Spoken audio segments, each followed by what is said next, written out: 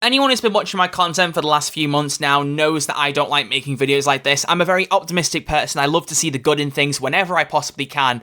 But sometimes you just gotta talk about the bad things. And in this case, we have really got to talk about what happened last night. And wow, that sounds wild out of context. But what I mean is, we've got to talk about the server issues that happened with Payday 3 at launch, because the launch day yesterday, the full global launch for everyone owning the base version of Payday 3, everyone on Game Pass, all that stuff, was abhorrent. It went horrifically. It was not a good launch in any way, shape, or form. As I talked about in my video yesterday, Payday 3 is a great game, but it has some very key problems. And ironically, the first one I mentioned in that video was Nebula matchmaking. And boy, as much as I hate to say it, was I right, because the servers completely melted last night. Payday's Twitter came out and said that it was to do with there not being enough server capacity, and that they were trying to increase capacity. I don't know if that was the only problem, because realistically, if that was the case, would it have taken about 18 hours to fix?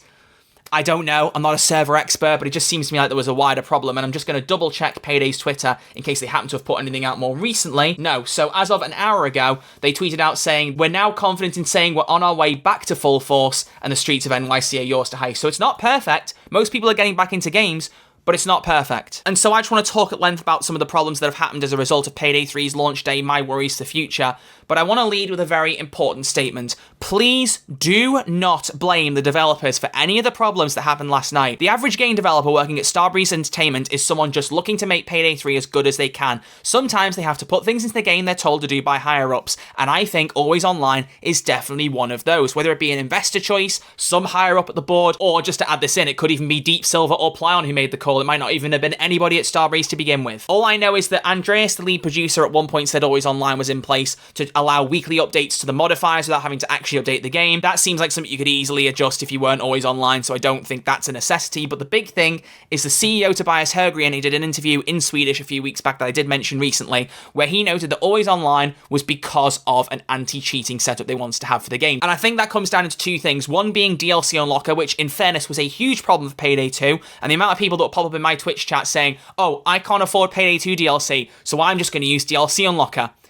That ain't how life works, pal. But the point is, it's either to combat that, to stop there being a DLC unlocker for Payday 3, or, my personal opinion, I think it's to do with microtransactions, because they've not been added yet, but I think they're making the game Always Online to stop people from trying to hack the system and get Payday credits for free when that system does come round. Because to me, all I can think about is GTA Online, where you could always buy cash as those shark cards. A lot of glitches that were being used in GTA Online to try and hack money into your account and glitch it and break it involved disconnecting your router, going into the offline version of GTA and then going back online. That would glitch the system. If you have an Always Online game, you prevent that from happening. So I personally think, and again, this is my opinion, so please, if anyone's more knowledgeable about this, do comment in the comment section below. I'd love to pin a comment or reply to it if someone's got more knowledge to offer on this. I think they've set it up as Always Online preemptively in order to prevent people from hacking Payday credits. That's where I currently stand. And if that is the case, that is the worst decision physically possible, because I'm already not a fan at all of there being microtransactions. I really hate that. It's one thing Payday 3 is doing that I absolutely loathe. I don't care if they're all cosmetic. To me personally, any online game that wants to make money going down the line, which is perfectly fine, live service games need to generate cash to pay their devs, to pay people on the board, all this stuff, whatever. Business is business. But to me, you need to pick one lane. You either go the DLC lane or the microtransactions lane. One or the other. Even Call of Duty, which is done by Activision, who are not one of the greatest companies in the world, we all know this, have picked one lane for COD, and that's microtransactions because they know that's better. They aren't also still charging you for DLC. For Payday 3 to try and do both, it worries me. I can't lie to you. It really does worry me. And if that is why this game is Always Online, it annoys me even more. So I really hope it's not true. But all of this, all the Always Online stuff, all the problems that it entails, which I've already talked about before, people with weak internet connections getting thrown out, and all the stuff around there do not come close to the fact that if there are server issues,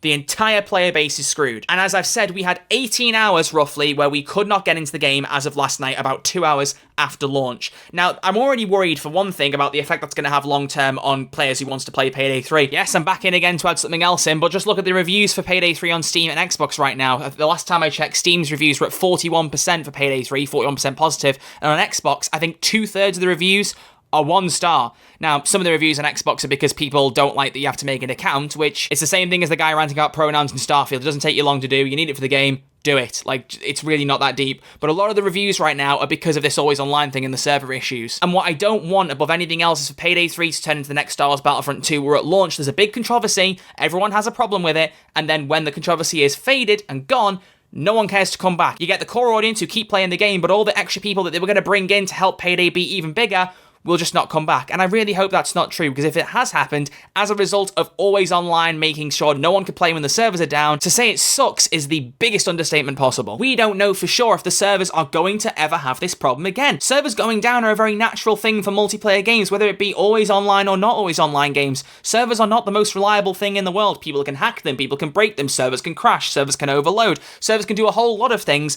that are not ideal for the average player. And so unless we know for certain that Starbreeze have fixed every single problem with the servers and know to prevent it from happening in the future, this could happen again. And that terrifies me, because if it does, you're going to have people once again not able to play the game because there's no offline mode. All of this to me stems to an always online structure that Starbreeze just don't need for this game. Regardless of what the intention is, if it really is for design choices, Andreas has said, whether it is for DLC unlocker, whether it's for microtransactions, whatever it is, I really do urge Starbreeze, and I really think this will fall on deaf ears, because to me, this seems like a higher-ups decision, and I don't think higher-ups have the slightest care about what one random kid in his bedroom's got to say about it. But to me, I really feel like you need to cut your losses here. Don't make the game always online, because the amount of people that are going to go against you for that is going to get worse and worse if these problems persist. And it just upsets me that I have to make a video even saying this, because as I've said, I hate saying negative things, but I will always try and offer it constructively, because I don't want to say it with any kind of vitriol towards the company as a whole. Because as I've said, the devs do not need to be blamed for this. I feel so sorry mainly out of everyone for the Starbreeze devs that had to pull all-nighters to fix those servers last night.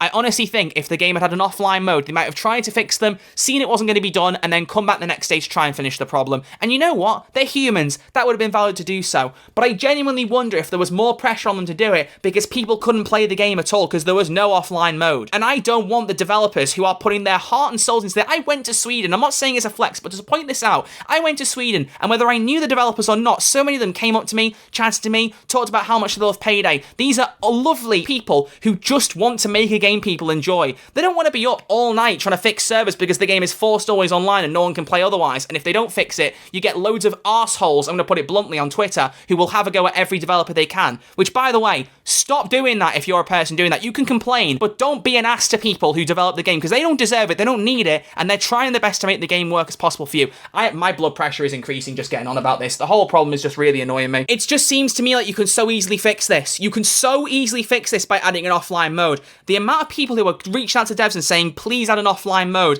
even if the devs can't make the call, it is so plain that is one of the most popular things right now that people want for Payday 3. Never mind that Nebula is still broken, that the matchmaking is not reliable. Very often I'll go into public matches, not find people. You can't invite people from Xbox player to Xbox player, but I will note, I logged that with Starbreeze. They are working to fix that, so at least Xbox players will be able to matchmake a bit easier soon. Never mind the fact that you can't have a server browser to find lobbies. Never mind the fact that you don't have lobbies that persist after finishing a heist if you want to keep playing with new friends you've made. Never mind all of that, because all of those are big problems too. If the game continues to be online only and the servers continue to crash, we're going to have more problems. And I mean, to be fair, we all saw it coming that the servers were going to crash. I said so many times that I don't think the beta was handled very well, or the betas I should say. It should have just been an open beta from the get-go. If your main purpose of a beta is to test the servers and you don't do an open beta, there's no point, because yeah, you can say we fixed it. They put a picture up after the second beta ended saying, thanks for breaking our stuff, we'll be more strong now for launch.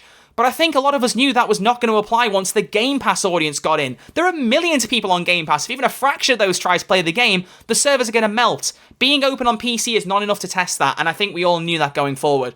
But I don't think anyone expected the servers to crash as much as they did last night, and I just really, really hope that they get the problem nailed and it doesn't happen again. But it's an always online game where server issues are going to happen regardless. And I just really wish that there would be an offline mode. It just really upsets me when there is an obvious solution staring you in the face, and whoever it is at Starbreeze that can make that decision, whoever the higher up is, whoever it is who can actually talk this through and figure out a way, please, please, please make Payday 3 playable offline. Let there be solo lobbies, let people play on their own. It's bad enough that when you're in a squad of 4 people, you still have to run through the matchmaking system to get a lobby. You shouldn't need to. Just build a server with the 4 people that are on and let us play. That could be completely different, that could be a tough problem to solve, fine. But at least let the solo player play without an internet connection if there are any problems with the servers. There've been a few problems with Payday 2 since the game came out in early access. PS5, like I said, has had the brunt of it recently. Nebula Friends and all that being janky as hell has been a problem since early access as well. But everyone being unable to play on the day that Payday 3 needed to be the most successful day, it's just so rough, and it was just so obvious that it could have been prevented if you hadn't made it always online. I don't understand why you need to be forced online for this game. I just don't get it. Seriously, whoever can make decisions at Starbreeze, please, please, please add an offline mode. Server issues are going to happen regardless, and whether they are ever as bad as this one again or not, you need to make sure Payday 3 is safe for the future. Because one thing that I didn't even touch on is what happens in 5 or 10 years when the game does run out of support. Are you going to keep those servers up permanently, or is the game just going to die? Obviously, they could address that problem when the game dies, but we don't know where we're sat right now. So there's always the question of longevity there as well, so that's another problem. I just want to make sure the game is in the best steading, and with the game being as good as it is at its foundations, I don't want decisions by the higher-ups to screw it over. Especially, like I said, for those poor developers that have spent years building this game up and had to stay up so late last night trying to get this to work. There were quite a few people in Starbreeze that I know that I've spoken to who were up all night working on this stuff, and I feel for them and everyone else on that team, because this is horrific. I really do not want this to happen twice. It cannot happen again. It really can't. So I'm going to leave this video here. Please do leave your comments down below. Let me know what you think about the situation. I should have opened that at the start of the video, but I want this to be a message to Starbreeze to say, like last time, it's kind of like what I said when the leaks came out in that video in June where I said do something. It's a similar message here, but the do something is give us an offline mode. Simple as. I'm going to end the video there. Thank you all for watching. I'm so sorry that this had to be a negative video today, but it needed saying because the game deserves better.